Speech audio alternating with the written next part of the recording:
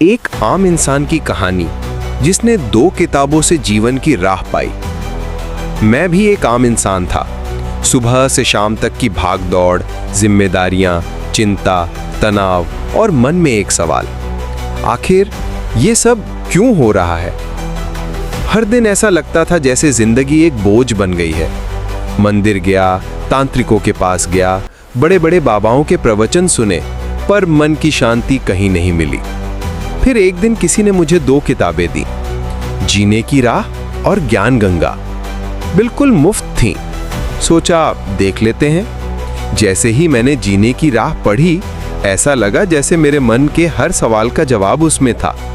पता चला ये जीवन सिर्फ खाने कमाने के लिए नहीं है। हम आत्मा हैं और हमें ये जन्म सच्चे ईश्वर की भक्ति के लिए मिला है। फिर ज्ञान गंगा ने तो जैसे मेरी सोच ही बदल दी।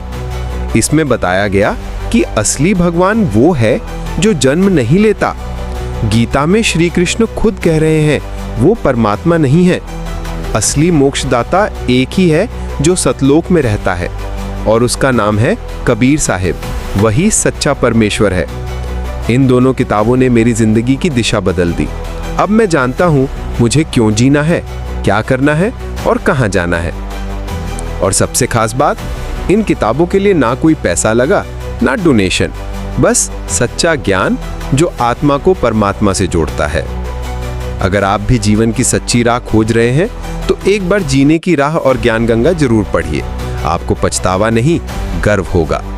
ये पुस्तकें आप बिल्कुल मुफ्त पा सकते हैं। संपर्क करें फ्री बुक सर्विस।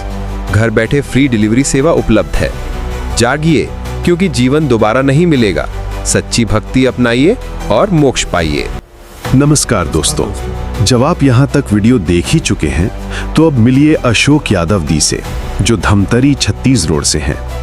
एक समय था जब जीवन में उलझने थीं, सवाल थे, शांति नहीं थी। लेकिन फिर उन्हें मिली 2 किताबें, ज्ञान गंगा और जीने की राह। इन किताबों ने उनकी सोच ही नहीं, किस्मत भी बदल दी।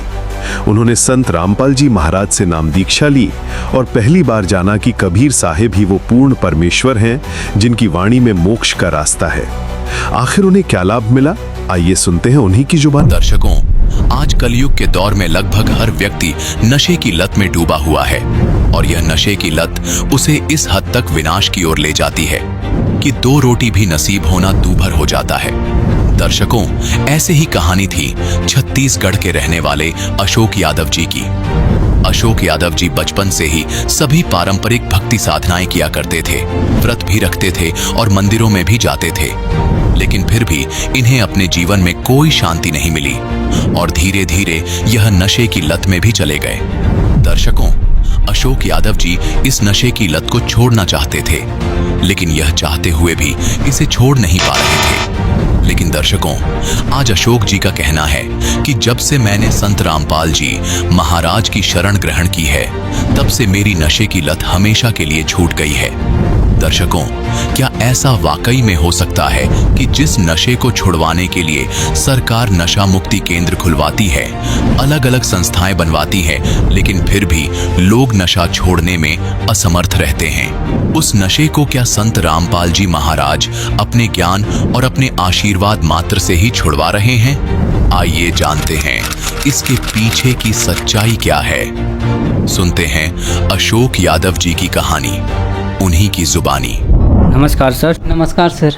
सर क्या नाम है आपका? अशोक यादव है। अशोक यादव जी, आप कहाँ से हैं? गांव छोली, जिला धमतरी, छत्तीसगढ़। अशोक यादव जी, संत रामपाल जी महाराज जी से आप कब जुड़े? 2/6/2020 को। संत रामपाल जी महाराज जी से जुड़ने से पहले आप क्या भक्ति साधना करते थे?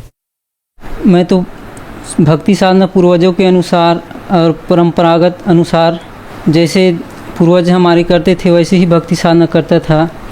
कृष्णा जी का, हनुमान जी का, दुर्गा जी का और शिरडी वाले साईं बाबा जी का भी उपवास करता था। उपवास मैं बहुत करता था, उसके बावजूद भी दिन ब दिन मुझे बहुत तकलीफ, और उसके बावजूद भी मैं उसी की भक्ति में लीन था और बहुत कष्ट झेल रहा था।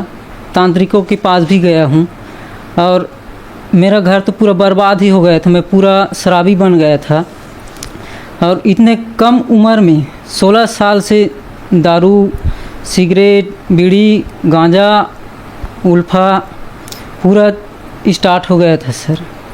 एक दिन में 3 डब्बे गुड़ाखू ख़त्म हो जाता था और 2 दिन में 1 पुड़िया तंबाकू ख़त्म कर देता था। शराब तो मैं 2 बाटल एक दिन में पी देता और घर में हमेशा झगड़ा होता था मेरी माँ से, मेरे पिताजी से। और उसके बाद मैं बहुत सोचता था कि मेरे माँ बाप ने ही मुझे जन्म दिया है और मैं उसके साथ लड़ क्यों रहा हूँ। मुझे बहुत गलानी होती थी बाद में। अब मेरे घर वाले भी कहते थे कि तू कहीं चल दे या निकल जा, तू यहाँ नहीं रह सकता, अगर तू यहाँ रहेगा घर में तो हमारी स्थिति तुझे देखकर बहुत ख़राब हो जाएगा, ऐसे बोलते थे सर। सर, जैसा कि आपने बताया कि आपकी आर्थिक स्थिति बहुत ख़राब थी, आप नशा बहुत ज़्यादा करते थे, आप बहुत परेशान थे, तो क्या इन्हीं दुखों के कारण आपने संत रामपाल जी महाराज जी से नाम उपदेश लिया? हाँ सर, मैं इसी दुखों के कारण संत रामपाल जी महाराज की शरण में आया।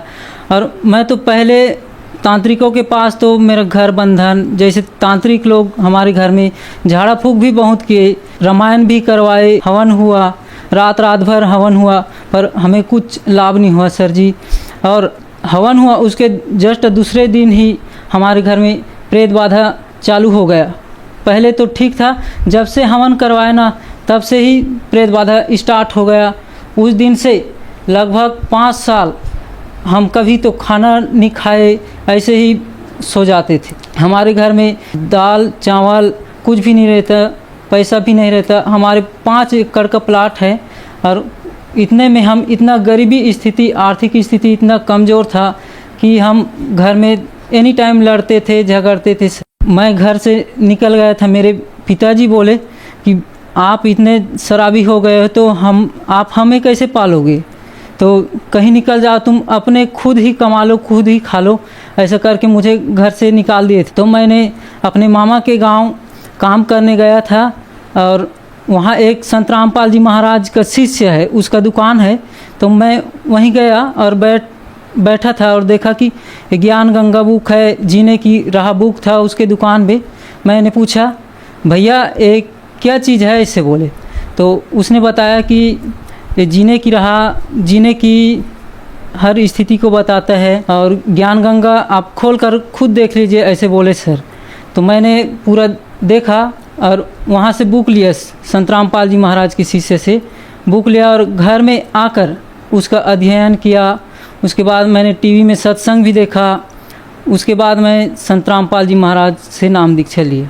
संत रामपाल जी महाराज जी से जुड़ने के बाद आपको क्या लाभ मिले? संत रामपाल जी से नाम दीक्षा लेने के बाद मुझे पूरी तरह से पूरा लाभ हुआ। आर्थिक लाभ भी हो गया और मानसिक लाभ भी हो गया और शारीरिक लाभ भी हो गया और सबसे बड़ी तो आध्यात्मिक लाभ तो मुझे पहले हो गया। अब आज मैं संत रामपाल जी महाराज से नाम दीक्षा लिया और मेरे घर में अब कोई भी चीज़ की कोई कमी नहीं है और संत रामपाल जी महाराज शरण ग्रहण कहने से मुझे बहुत लाभ हुआ। मेरा नशा तो पूरी तरह से छूट गया, मुझे नशा का कुछ भी ख्याल नहीं आया।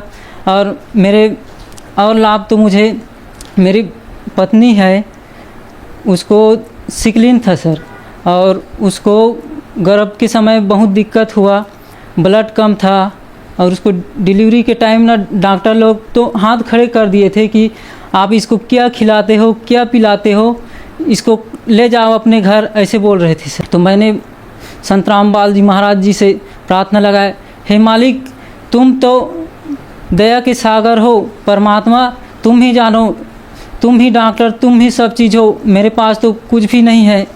ऐसा कहा कर मैंने परमात्मा से अरदास लगाया और संत रामपाल जी महाराज ने आज उसका नॉर्मल डिलीवरी करा दिया और उसके शरीर में सर 3.9 ग्राम ब्लड बचा। 4 पॉलीथीन ब्लड चढ़ाने के बाद 3.9 ग्राम ब्लड बचा सर।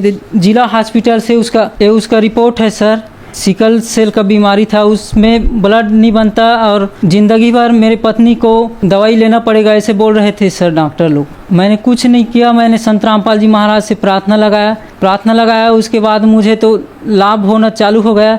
बशर्ते डॉक्टर लोग भी हैरान हो गए, बोले कि इतने कम ब्लड में डिलीवरी कैसे हो गए भाई, ऐसे करके बोल रहे थे सर। सिकल सेल की दवाई खाता था सर। अब संत रामपाल जी महाराज की जिस दिन से मैं प्रार्थना लगाया उस दिन से सिकल सेल की कोई भी दवाई नहीं लेता है और लाभ मिले हैं सर। मुझे भी परेशानी होता था बहुत, प्रेत बाधा मुझ पे भी चालू हो जाता था और मैं कहीं भी गिर जाता था सर। वो भी आज ठीक हो गया है संत रामपाल जी महाराज की दया से।